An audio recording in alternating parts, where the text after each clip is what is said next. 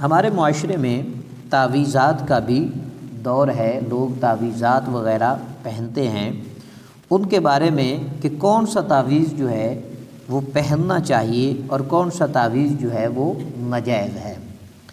گلے میں تعویذ لٹکانا جو ہے یہ جائز عمل ہے، یعنی آیات قرآنیہ یا اسماء الہیہ سے تعویذ بنایا گیا ہو۔ اگر کفر پر مبنی ہے، شرک پر مبنی ہے، یا کوئی واہیات باتیں لکھی ہوئی ہیں جیسا کہ جادو کے اندر لوگ کرتے ہیں، تو ایسا تعویذ لینا، ایسا تعویذ دینا، ایسا تعویذ پہننا یہ سب حرام ہے۔ قرآن کی آیات لکھی ہوئی ہیں یا اسماء الہی اللہ رب العزت کے نام لکھے ہوئے ہیں، تو ایسا تعویذ پہننے میں کوئی مسئلہ نہیں ہے۔ بعض حدیثوں میں جو ممانعت آئی ہے کہ اس سے مراد وہ تعویذات ہیں جو ناجائز الفاظ پر مشتمل ہوں۔ ناجائز، ایک صاحب تعویذ لے آئے ہمارے پاس، انہوں نے دکھایا کہ میاں بیوی کے درمیان تفریق کے حوالے سے تعویذ بنایا گیا تھا۔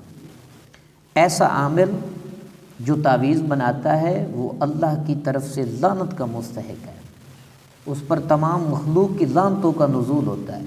جتنے بھی عاملین ہیں جو تعویذ لکھتے ہیں، اگر ان میں سے کوئی ایسا بندہ ہے جو برائی کرتا ہے، لوگوں کو آپس میں لڑانے کے لیے تعویذ بناتا ہے، اس سے بڑا غلیظ انسان زمانے میں نہیں ہے۔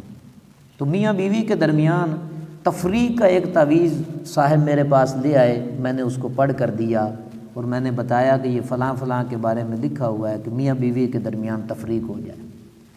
تو ایسے لوگ بھی ہیں اور ایسے عاملین سے بچنا چاہیے، اور ایسے تعویذ لینے بھی نہیں چاہیے۔ اور جو کسی مسلمان بھائی کو اذیت دینے کے لیے بنایا جائے یا ان کی تفریق کے لیے بنایا جائے، قرآن تو یہ کہتا ہے فاصلحوا بینہما، ان کے درمیان اختلاف بھی ہو جائے تو تم جا کر صلح کرا دو، ان کے درمیان اختلاف کو ختم کرو۔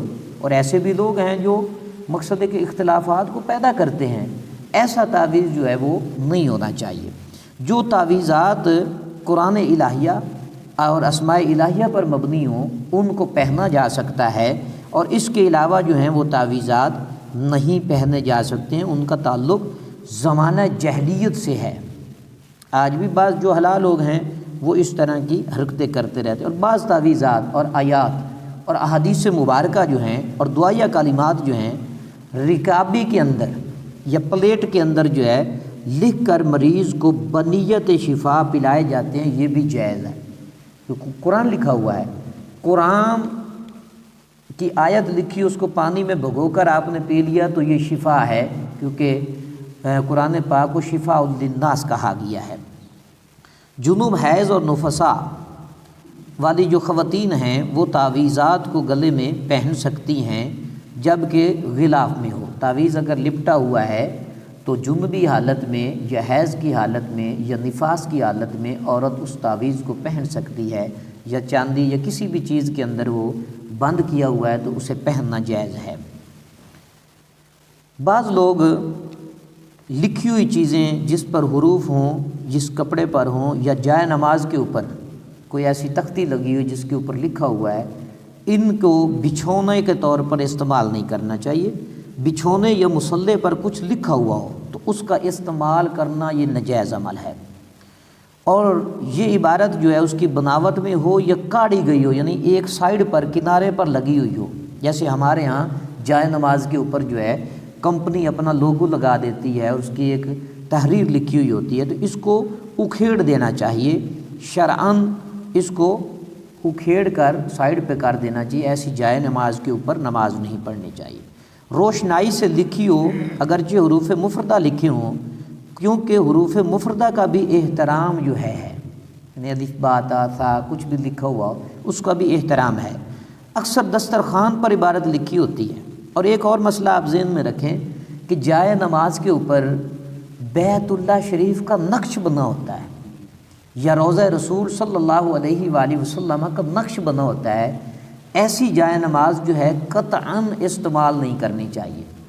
جس کے اوپر روضہ رسول بنا ہوا ہو، جس کے اوپر بیت اللہ شریف بنا ہوا ہو، ایسی جائے نماز نیچے بچھانا، اس پر نماز پڑھنا یہ جائز نہیں ہے، کیونکہ اس کی اوپر لوگوں کے پاؤں بھی آتے ہیں اور بے ادبی ہوتی ہے، اور ایسی جائے نمازیں خریدنی بھی نہیں چاہیے، بلکہ ان کو بھی بتا دینا چاہیے مسئلہ دکانداروں کو، تاکہ وہ بھی نہ خریدیں۔ ایسی جائے نمازوں کا استعمال نہیں کرنا چاہیے، سادہ جائے نماز کا استعمال کرنا چاہیے۔ دسترخوان پر عبارت لکھی ہوئی ہو تو ایسے دسترخوان کو استعمال میں لانا، اس پر کھانا کھانا یہ بھی جائز نہیں ہے۔ بعض لوگوں کے تکیوں کے اوپر اشعار لکھے ہوتے ہیں، خواتین کڑھائی کر کے وہ اشعار لکھ دیتی ہیں، تو ایسا بھی نہیں کرنا چاہیے اور ان کا استعمال بھی جائز نہیں ہے۔ اللہ تعالی ہم سب کو فقہی مسائل یاد رکھنے کی توفیق عطا فرمائے۔ وآخر دعوانا ان الحمد للہ رب العالمین۔